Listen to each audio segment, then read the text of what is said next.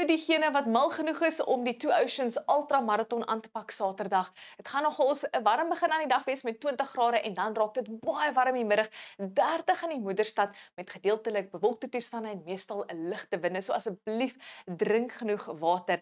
En dan as jy Saterdag die halfmarathon gaan aanpak, gaan ons ook weer 'n baie warm dag verwag met 21 die oggend en 30 die middag, nogmaals meestal ligte winde, suidoostewind. Maar teen die middag is daar 'n skroelkans dat 'n paar hitte donderbuie kan opsteek. So wees op die uitkyk vir hulle. Maar nou kom ons kyk na jou naweek weer oor Suid-Afrika.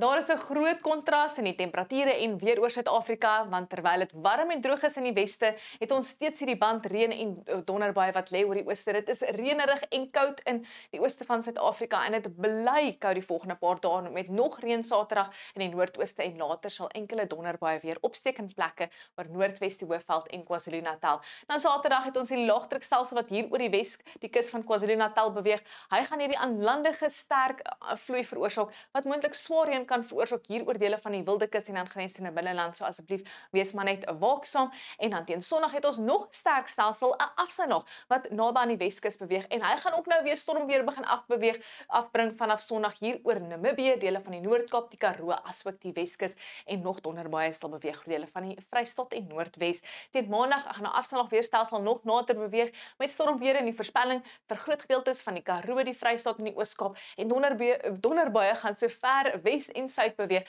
soos Kaapstad en die moontlikheid dat 'n paar donderstorms kan oor die suidkus beweeg. Hier is jou opsomming vir Saterdag en dit bly reënerig in die ooste met ligte reën by die oggend en dan nog donderbuie later wat kan beweeg Noordwes, Gauteng, Mpumalanga en KwaZulu-Natal met 'n aanlandige vloei wat teen Saterdag aan swaar reën gaan veroorsaak veral oor die Wildekus en die aangrensende binneland met wydverspreide reënbuie Sondag. Die weerdiens waarsku dat dit kan vloede veroorsaak. So asseblief wees waaksaam in daai omgewings en dan Sondag het ons daai afsylaag wat weer donderbuie gaan afbring oor die sentrale en noordelike gedeeltes, groot gedeeltes van die Noord-Kaap en die Karoo met donderbuie ook moontlik oor die Weskus.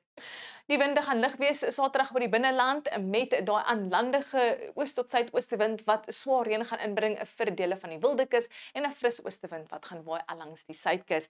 En dan teen Sondag gaan daai sterk oostewind versprei hier oor Nelson Mandela Bay, 'n fris wind vir die suidkus steeds en ook 'n oos tot noordoostewind wat matig gaan waai oor die westelike binneland waar die weerdiens waarsku teen weggelbrande. Ons kan duidelik die kontras in temperature sien oor Suid-Afrika die komende naweek met 30 in Kaapstad, ook 31 in Woester en net 19 in Johannesburg en Bethlehem.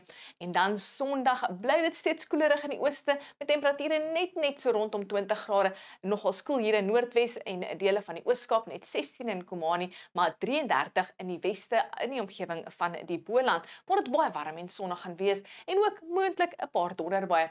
Dan teen 'n Maandag sal bergwindtoestande seker maak dit is baie warm hier langs die suidkus. Temperature bereik nou die middel 20s in dele van Noordwes, Gauteng en die warm weer keer terug na die laafveld met die kook van 30 bereik. Wel, dis al van my af. Geniet julle naweek.